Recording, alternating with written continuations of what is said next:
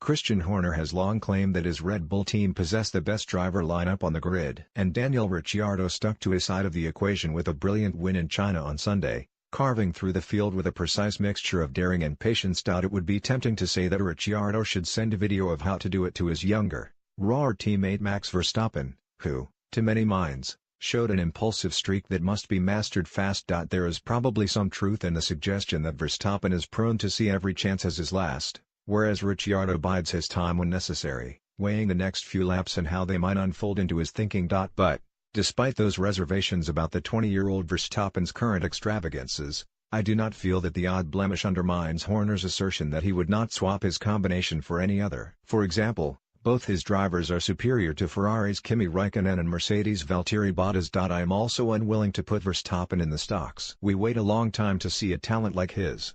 We thrill to see his pugnacity. We delight in watching him put the wind up his rivals. I remain confident Horner shares the tolerant view, even if he rightly curses his man's indiscretions on Sunday. He will remember how Max screwed every ounce out of his machinery the past couple of seasons when it had little to offer him. Perhaps Max has not fully recalibrated to his new situation. There is no need to stretch so far in a car that is itself more capable. As Horner said, Daniel's in a different part of his career from Max, who is still very young and fresh and going through that experience. Yes, he's made some mistakes, but I remember when we had Sebastian Vettel at a similar stage of his career, and it wasn't uncommon for him to make some mistakes.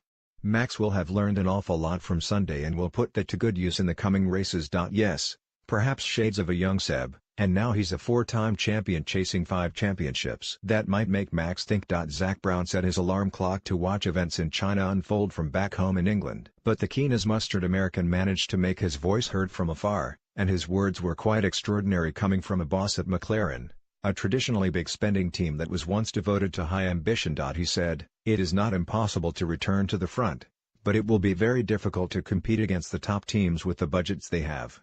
It was a reference to McLaren's prospects in the current hybrid era running to the end of 2020. By when? Fernando Alonso will be 39. So are McLaren no longer a top team?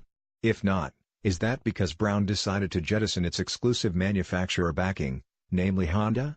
And do his comments not harm his much trumpeted, but unfulfilled, ambition to bring in the kind of major sponsors who might just elevate his budget to a level alongside the top teams? Shanghai is a city of 24 million and the circuit is an hour's commute away by train.